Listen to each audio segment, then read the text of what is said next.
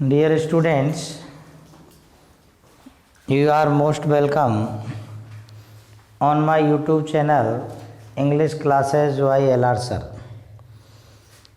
विद्यार्थियों, मैं आपको इससे पिछली वीडियो में शुरू कर चुका हूँ नरेशन। नरेशन मीन्स होता है कथन, जिसको हम डायरेक्ट इनडायरेक्ट भी कहते हैं। ये मैंने कल आपको इसकी पृष्ठभूमि दी थी। मैंने आपको समझाया नरेशन क्या होता है, कथन कौन कौन से होते हैं और इनको हम किस प्रकार चेंज करते हैं। तो प्रश्न था कि भाई डायरेक्ट से इनडायरेक्ट बनाते समय जो परिवर्तन किए जाते हैं, उनमें कल मैंने आपको ये भी बता दिया कौन कौन से परिवर्तन होते हैं। नंबर 1 परिवर्तन होता है आर के सेड टू को बदलना, आर के सेट टू को बदलना। और दूसरा परिवर्तन मैंने बताया यूज ऑफ कनेक्टिव, योजक का प्रयोग। तीसरा चेंज ऑफ पर्सन। और चौथा बताया था मैंने आपको यानी कि टेंस परिवर्तन, चेंज ऑफ टेंस। और पांचवा था important words about time and place. तो मैं आपको प्रोनाउन चेंज तो मैंने कल आपको सिखा दिया। आज हम आपको इसी सीरीज में अगला चेंज ऑफ टेंस यानी कि टेंस कैसे बदलते हैं डायरेक्ट से इनडायरेक्ट बनाते समय। तो चेंज ऑफ टेंस के लिए लिखेंगे आप, एक सारणी बनाएंगे, इधर डायरेक्ट, इधर और इधर की साइड में लिखिए इनडायरेक्ट। एक साइड में डायरेक्ट, एक साइड में इनडायरेक्ट। इधर यूँ बीच में आप एक पंक्ति खींच दीजिए, लाइन, ये डिवाइड हो जाएगा। इधर वाला पार्ट डायरेक्ट का, उधर वाला इनडायरेक्ट का।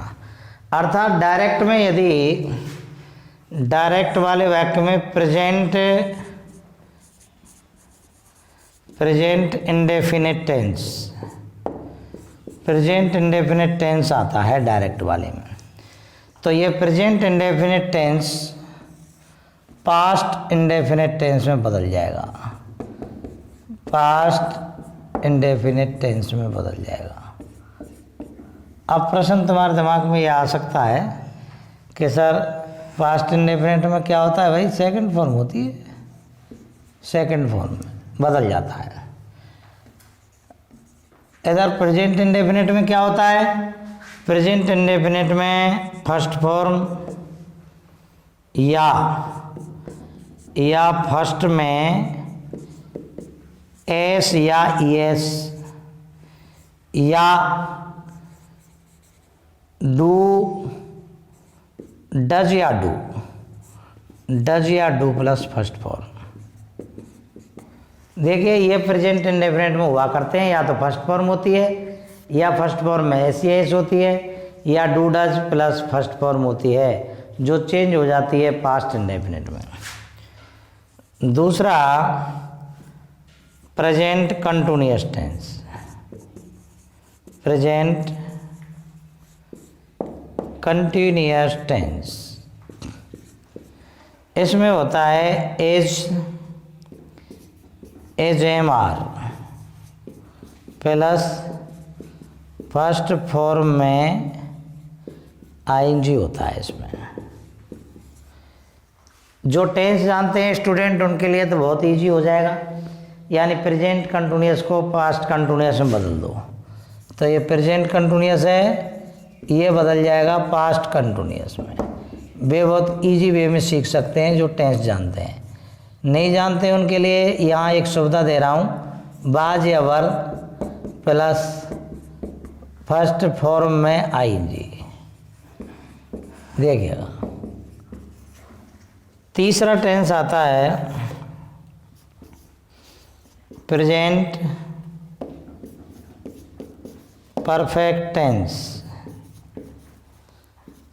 प्रेजेंट परफेक्ट टेंस में होता है एज या हैव, एच भी होती हैं, प्लस एम भी थर्ड फॉर्म हुआ करती है। ये तीसरा प्रेजेंट परफेक्ट बदल जाएगा पास्ट परफेक्ट टेंस में। Past perfect tense, past perfect tense में बदल जाएगा ये। इसमें होता है हेड प्लस थर्ड फॉर्म, यानी ये हेड प्लस थर्ड फॉर्म में बदल दिया जाएगा इसको। अब देखिए इससे नेक्स्ट लेंगे हम, ये हेड प्लस थर्ड फॉर्म बदल गया। नेक्स्ट लेंगे हम, यानी कि चौथा टेंस आएगा इधर प्रेजेंट परफेक्ट कंटिन्यूअस टेंस। ये चौथा टेंस है प्रेजेंट परफेक्ट कंटिन्यूअस, और इसमें होती हैं हैज बीन या हैव बीन, हैज बीन या have been plus first form में आईएनजी, ये हुआ करती हैं इसमें। तो ये चौथे वाला बदल जाएगा पास्ट परफेक्ट कंटिन्यूअस टेंस। इसमें होती है had been plus first form में आईएनजी। देखिएगा ये चार टेंस मैंने आपको यहाँ तक लिखाए, यानी डायरेक्ट से इनडायरेक्ट बनाते समय प्रेजेंट इंडेफिनेट पास्ट इंडेफिनेट में, प्रेजेंट कंटिन्यूअस पास्ट कंटिन्यूअस में, प्रेजेंट परफेक्ट पास्ट परफेक्ट में, और present perfect continuous past perfect continuous में बदल जाता है, जिसकी मैंने एच बी और एम बी आपको नोट करा दिए हैं। यानी कि टेंस की खास होती हैं एच बी और एम बी, इन्हीं से इनको पहचाना जाता है। जैसे आदमी का चेहरे से आदमी को पहचानते हैं कि भाई ये मोहन सिंह है या सोन सिंह है, ये सीता है कि गीता है, इसकी पहचान व्यक्ति की उसके चेहरे से होती है। ठीक उसी प्रकार टेंस की पहचान एच बी और एम बी से होती है, जिसको पहचान के हम पहचानते हैं कि भाई इसमें फलाना टेंस है। और जब एच बी और एम बी ना हो, माना कि बालक को किसी का चेहरा ही ना हो, किसी व्यक्ति का चेहरा नहीं है, तो भाई किससे पहचानेंगे? भाई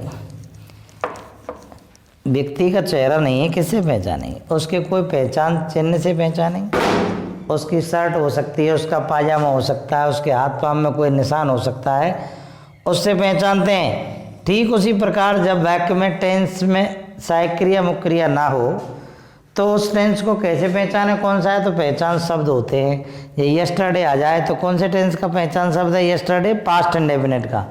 टुमारो आ जाए तो ये पहचान है टुमारो फ्यूचर इंडेफिनिट की, तो ये उस समय घटित होता है। नेक्स्ट आगे लिखेंगे 5वां नंबर का टेंस। इसी क्रम में जो चल रहे हैं उसी में इधर पास्ट आ जाता है, फिर past indefinite tense. Past indefinite tense बदल जाएगा पास्ट परफेक्ट टेंस में। पास्ट परफेक्ट टेंस यानी पास्ट अपने से तीसरे में बदल जाता है। छठवां पास्ट कंटिन्यूअस टेंस, और पास्ट कंटिन्यूअस टेंस है, ये बदल जाएगा पास्ट परफेक्ट कंटिन्यूअस टेंस में। देखिए भाइयों, अब आता है 7वें नंबर पर का tense past perfect tense. Past perfect tense, इस 7वें नंबर का पास्ट परफेक्ट नो चेंज होता है, ये नहीं बदलता है, होता ही नहीं उसका तीसरा, इसलिए नो चेंज हो जाता है। 8वां टेंस है पास्ट परफेक्ट कंटिन्यूअस टेंस। ये 8वें नंबर का भी नो चेंज रहेगा, ये भी नहीं बदलेगा, नो चेंज। और ये 9वां यहाँ से आगे हो जाता है फ्यूचर। फ्यूचर की बात आती है तो फ्यूचर में वाला को सेल बदल जाता है सुड़ में और बिल बदल जाता है बुड़ में और कैन बदल जाता है कुड़ में। देखिए आगे आगे कैन बदल जाता है कुड़ में। ये आपको हमने टेंस वाले बता दिए। फ्यूचर में ज़्यादा कुछ नहीं करना है, सेल्स सुड़ में और बिल बुड़ में शेष जो सा टेंस है उसको उसी के अकॉर्डिंग बदल देंगे। यहाँ कैन कुड़ में मे बदल जाता है माइट में,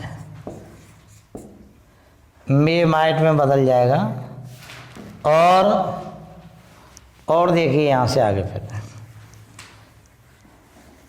यानी कि टुडे बदल जाएगा विद्यार्थियों दैट डे में।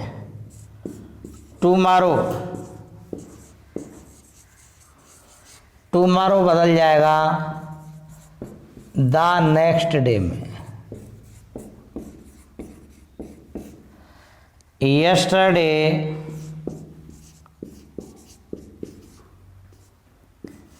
यस्टरडे बदल जाएगा द प्रीवियस डे में।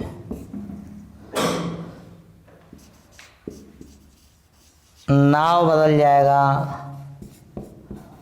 देन में। देखिए इनको आप ये चेंजेज हैं, इनको आप सीख जाओगे तो सब कुछ आ जाएगा। नाउ देन में दिस बदल जाएगा दैट में।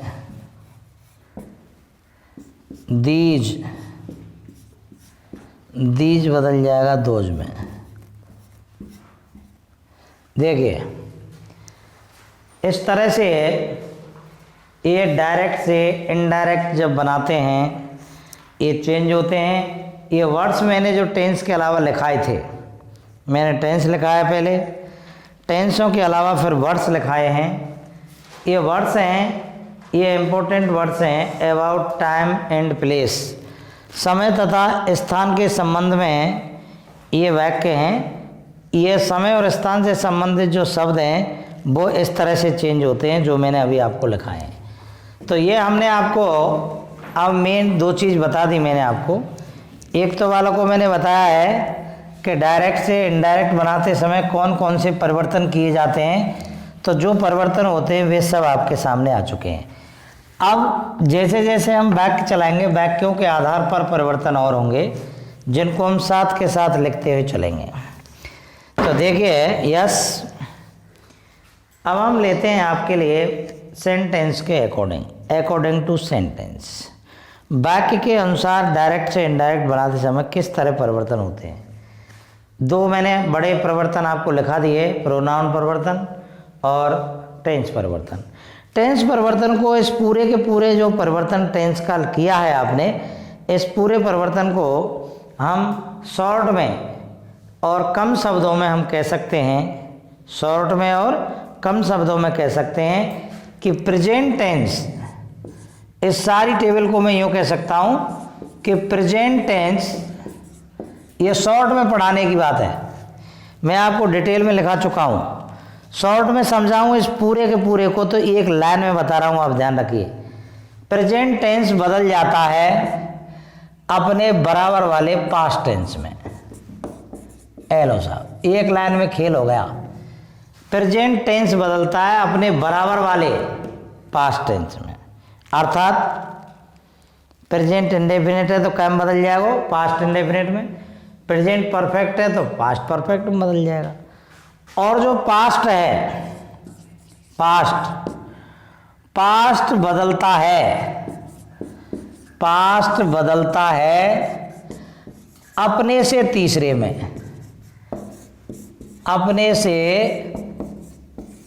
टेंस में। ये बात कहीं लिखी नहीं मिलेगी आपको। आप 10 किताब पढ़ लो, आप अलग अलग टीचरों से पढ़ लो, आप कहीं नोटबुक पढ़ लो, किसी कोचिंग में पढ़ लो, आपको यह नियम नहीं मिलेगा यह नियम मेरा हथगढ़ू है, बनाया हुआ है। यानी कि प्रेजेंट टेंस बदलता है अपने बराबर वाले पास्ट में, और पास्ट बदलता है अपने से तीसरे टेंस में, अपने से तीसरे टेंस में बदल जाता है। और सेल बदलता है शुड में, और बिल बदलता है बुड में। सेल शुड में और बिल बुड में। एलो साहब, ये पूरा हो गया। जो टेंस का पूरा टेबल लगाया था उस टेबल को शॉर्ट में यहाँ ऐसे समझ सकते हैं, या शॉर्ट में समझ लो कि पास्ट अपने से तीसरे में बदलता है, अपने से तीसरा संभाल लो पास्ट का, वही उसी में बदल। और सेल शुड में और बिल बुड में इसको बदला जाता है। अब बात ये आती है भाई कि अन्य परिवर्तन जैसे आरबी के सेट टू को बदलना है, वो कैसे होते हैं? तो वे होते हैं अकॉर्डिंग टू सेंटेंस। वे वाक्य के आधार पर निर्भर करते हैं वाक्य कैसा है। तो अपन पहला सेंटेंस शुरू करते हैं और आप लिखेंगे simple sentence. Simple sentence, simple sentence. Simple sentence का मतलब होता है बालकों साधारण वाक्य। साधारण वाक्य, इसमें आप डिटेल लिखेंगे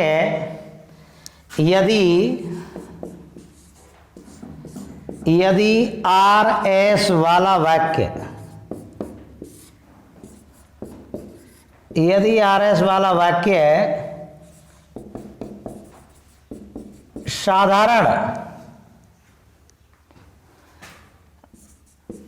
साधारण वाक्य है तो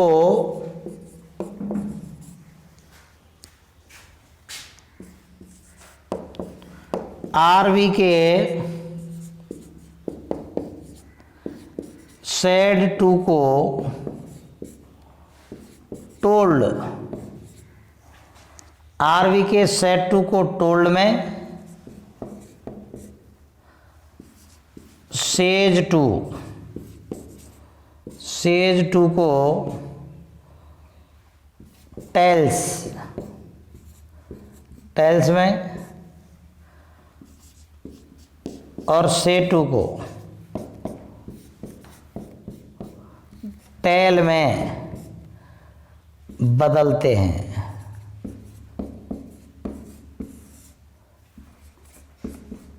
ये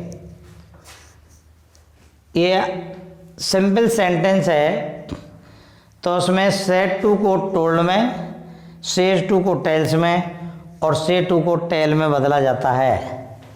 नंबर 1। नंबर 2 पे लिखेंगे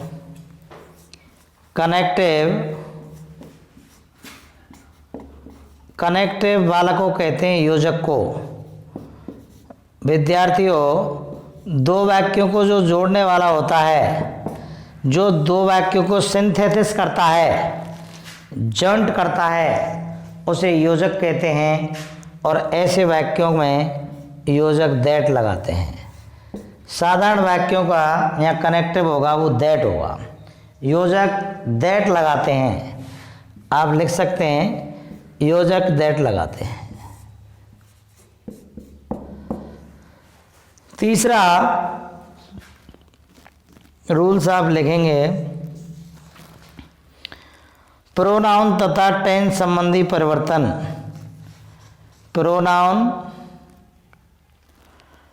प्रोनाउन तथा टेंस संबंधी परिवर्तन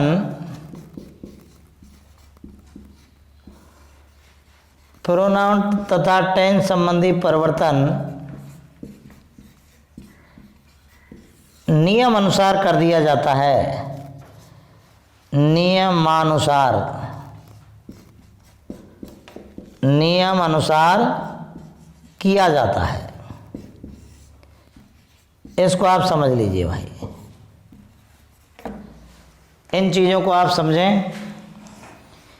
यानी सबसे पहले हम ध्यान देंगे RS वाले वाक्य साधारण है तो सेड टू को किस में बदलेंगे? टोल्ड में। सेज टू को बदलेंगे टेल्स में। से टू को बदलेंगे टेल में।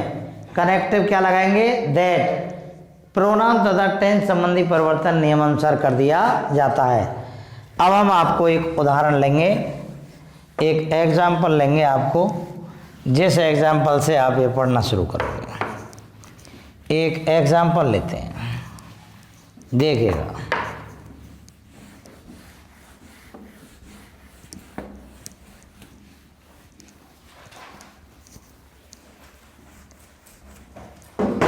देखिए एग्जाम्पल है इसका।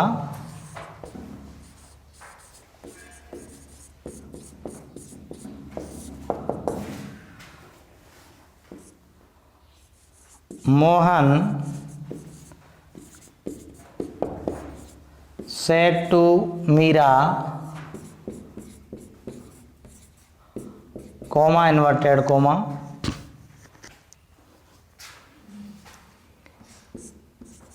you are my best friend। देखिए सर, यस, यहाँ हमको समझने की बात है, यहाँ हमको ये समझना होगा ये जो वाक्य है जो इन्वर्टेड कॉमा के अंदर लिखा हुआ है, यू से लेकर के फ्रेंड तक का वाक्य, ये जो इन्वर्टेड कॉमा में लिखा गया वाक्य है ये वाला वाक्य RS वाला वाक्य है।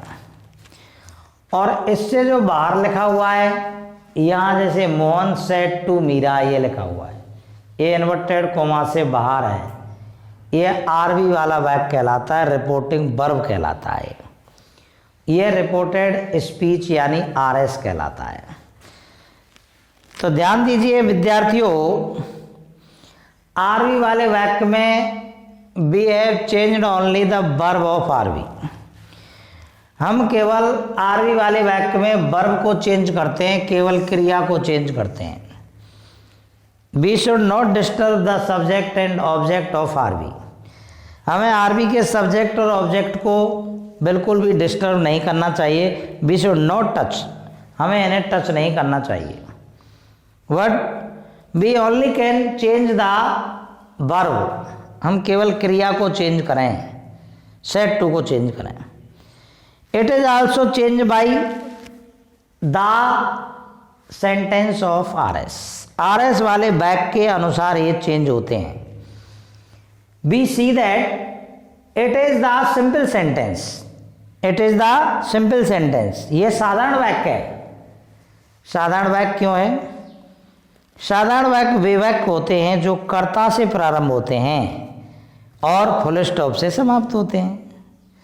तो देखो ये कर्ता से शुरू हो रहा है, ये फुल स्टॉप लगा हुआ इससे समाप्त हो रहा है, वे साधारण वाक्य होते हैं। तो साधारण वाक्य होते हैं, अपना ध्यान पूरी तरह से जाना चाहिए, एकदम तुरंत पहुंचना चाहिए हमको। RS वाला वाक्य साधारण है तो सेड टू को टोल्ड में बदल दो, तो ये हो जाएगा मोहन टोल्ड मीरा। ये कर्ता और कर्म दोनों यहाँ के यहाँ छोड़ दिए हमने। ये कर्ता होता है या हमेशा, ये कर्म होता है, ऑब्जेक्ट होता है। आप एक बार ध्यान से सुन लें, लिखना पीछे कर लें। यहाँ कर्ता है, ये कर्म है, मोहन टोल्ड मीरा। अब कोमा और इन्वर्टेड कोमा को रिमूव कर दो, हटा दो, भगा दो, ये हटा दिया हमने। तो ये दोनों वाक्य, इनको बीच में जोड़ने वाला योजक चाहिए। ये नियम हमने अभी आपको लिखाया था, कुछ समय अभी लिखाया है कि साधारण वाक्यों को जोड़ने के लिए कनेक्टिव दैट लगाते हैं। तो यहाँ हमने कनेक्टिव दैट लगा दिया, ये दोनों हटा दिए और दैट लगा दिया। अब यहाँ से आगे चेंजेज होंगे, वे महत्वपूर्ण हैं। मैं आपको डायरेक्ट इनडायरेक्ट नरेशन जो समझा रहा हूँ, आप जिंदगी में ये काम आने वाले, इसमें नहीं है कि आपके 9th 10th क्लास में काम आ गए। ये आप जब तक इंग्लिश पढ़ोगे, कभी भी आप कंपटीशन देंगे, छोटे क्लर्क से लेकर के बड़े अधिकारी तक, हर ग्रामर के चैप्टर में जहाँ इंग्लिश पूछा जाता है वहाँ ये टॉपिक अवश्य आता है, बहुत महत्वपूर्ण टॉपिक है। इसको समझना भी उतना ही कठिन होता है। यहाँ आदमी को पूरी तरह अपना दिमाग सेंटर करके रखना पड़ेगा, आपको अपना माइंड यहाँ केंद्रित करना पड़ेगा, ध्यान आकर्षित करना पड़ेगा क्या क्या परिवर्तन हो रहे हैं। तो देखो RS वाले वाक्य में परिवर्तन करेंगे हम। बालकों, आपको जैसा कि ये पता है यू है, अब हम प्रोनाउन टेबल पे पहुंचेंगे। यू कौन सा पर्सन है? Second person. यू पर्सन है सेकंड, वेरी गुड। और सेकंड पर्सन चेंज होता है ऑब्जेक्ट ऑफ आरवी। आरवी वाले वाक्य के ऑब्जेक्ट के अनुसार सेकंड पर्सन चेंज होता है, कर्म के अनुसार। हमने लिखा भी था, फर्स्ट पर्सन कर्ता के अनुसार, सेकंड पर्सन कर्म के अनुसार, थर्ड पर्सन नो चेंज। तो ये सेकंड पर्सन कर्म के अनुसार चेंज होगा। कर्म है मीरा, चूंकि मीरा स्त्रीलिंग है और एक वचन है, सिंगुलर नाउन है, इसलिए मीरा गई सी में। मीरा को बताने के लिए प्रोनाउन होगा सी। कहते भी हैं राम गयो ही में और सीता गई सी में। राम गयो ही में अर्थात राम पुल्लिंग एक वचन है, ही द्वारा बताया जाएगा। सीता गई सी में, सीता स्त्रीलिंग एक वचन है, सी द्वारा बताई जाएगी। आप ये ध्यान रख लें, पैंट और शर्ट वाले ही द्वारा और साड़ी वाली सी द्वारा। तो यहाँ हम मीरा गई सी में, तो यहाँ यू के स्थान पर सी आया, ये समझ लेना ही महत्वपूर्ण है। अब एजेमार चेंज हो जाएंगे बाजवर में, प्रेजेंट पास्ट में बदलता है, तो सी के साथ में वॉज लगाऊंगा ना कि वर, एक वचन है, सी वॉज। अब माई फिर आ गया प्रोनाउन, प्रोनाउन तो चेंज होगा, मैंने बताया प्रोनाउन बदलते हैं। तो माई का पर्सन छांटो, माई है फर्स्ट पर्सन, माई क्या है? और first person change with the subject of RV. First person change with the subject of RV. First person RV वाले वाक्य कर्ता के अनुसार बदलता है, और यह कर्ता है मोहन। मोहन यह सिंगुलर नाउन है, एक वचन करता है, और मोहन एक वचन करता होने के कारण इसका प्रोनाउन बनेगा ही। लेकिन हम यहाँ ही नहीं लगाएंगे। ही क्यों नहीं लगा सकते? क्योंकि यह संबंध रूप है, यहाँ पर पजेसिव है। माई, माई पजेसिव है, तो ही का भी पजेसिव लेना पड़ेगा हमको, और ही का पजेसिव होगा ही हिम हिज। तो यहाँ हिज आएगा, हिज बेस्ट फ्रेंड। ये मैंने आपको एक उदाहरण दिया है अभी, इसको आप नोट करेंगे और समझेंगे। इसके बाद पूरे के पूरे चैप्टर इस पर डिपेंड करेगा। आपको प्रोनाउन टेबल याद होनी चाहिए, टेंसेज याद होने चाहिए। ये सारी चीज़ आप जानते हैं तो आपके लिए पूरी तरह सफल है मामला, आप सीख जाओगे। और धन्यवाद। ये मेरे YouTube चैनल पर आपको विशेष रूप से जो इंग्लिश ग्रामर समझाई जाएगी वह आपके लिए बहुत मायने रखेगी। आप लोग पर डे इसको क्रम से समझेंगे, मैं क्रम से ग्रामर डाल रहा हूँ। Thank you very much.